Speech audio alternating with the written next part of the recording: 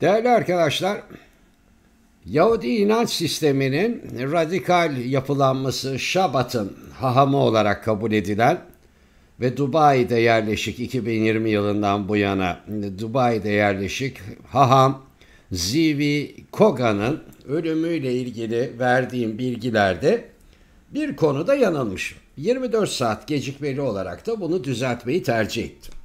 Çünkü bu haham Zivi Koga'nın önce kaçırılması, sonra da cesedinin Abu Dhabi'ye 150 kilometre mesafede bir arabada, kendi arabasında bulunması, arabanın içinde çatışma ve kavga izlerinin, kanların olması vesaire, bunların hepsini aktarırken İsrail medyasının ısrarla Özbek oldukları ifade edilen 3 sanığın Türkiye'ye kaçtığını ve Türkiye'de saklandığını ileri sürdüğünü, esasında o ana kadar böyle bir açıklamanın da olmadığını ifade etmiştim. Sonra o 3 Özbek birdenbire karşımıza Abu Dhabi'de çıktı ve Birleşik Arap Emirlikleri yetkilileri çok sıkı bir çalışma sonucunda bu 3 şahsın ele geçirildiğini ve tutuklandığını söylediler. İşte hatam o günkü videoda oluştu. Dedim ki sizlere, işte gördüğünüz gibi adamlar Birleşik Arap Emirlikleri'nde çıktı ve demek ki bu işle Türkiye'nin bir bağlantısı yokmuş doğal olarak. İsrailliler bu işi bize yeniden yıkıyorlarmış dedim. Meğer öyle değilmiş.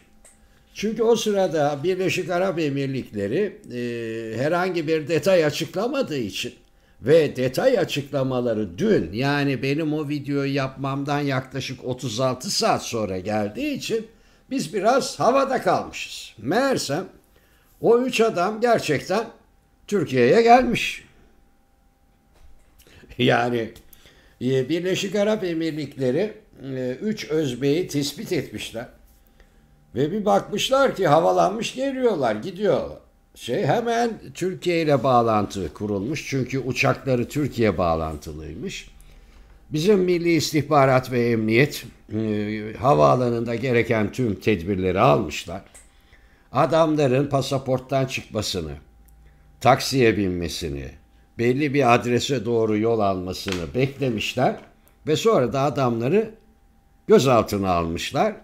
Hiç bekletmeden, herhalde özel bir uçakla Birleşik Arap Emirlikleri'ne teslim etmişiz.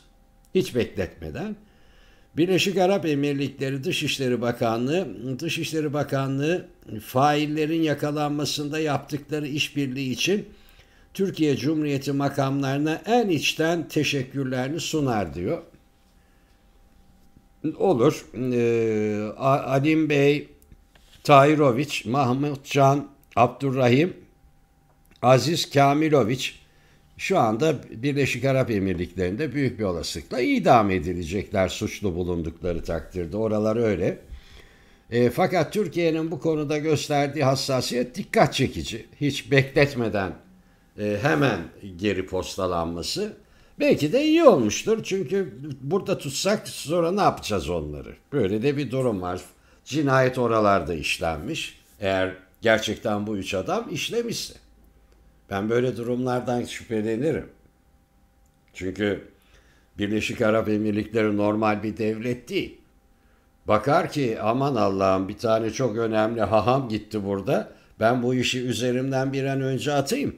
Sonra 6 ay sonra etrafını toparlarız deyip olmayacak bir adamları da şu anda içeride tutuyor olabilirler, bilemem. Bu sadece bir beyin jimnastiği. Belki de gerçekten katildirler. Nitekim Özbekistan Dışişleri Bakanı İsrail Büyükelçisi ile Taşkent'te özel bir toplantı yapmış. Söz konusu 3 kişi hakkındaki tüm bilgiler de Mossad'a iletilmiş. Özbekistan farklı ulus ve dinlerin barış içinde bir arada yaşamasını hedefleyen bir devlettir. Burada radikal milliyetçiliğe ve dinciliğe yer yoktur diyor. Benim anladığım kadarıyla bu 3 şahıs biraz böyle bu işlere karışık gibi. Ama belli olmaz. Bakacağız. cezaevinden sağ çıkıp adaletin önüne gidebilirlerse ne olduğunu ne olmadığını göreceğiz inşallah. Hoşça kalın.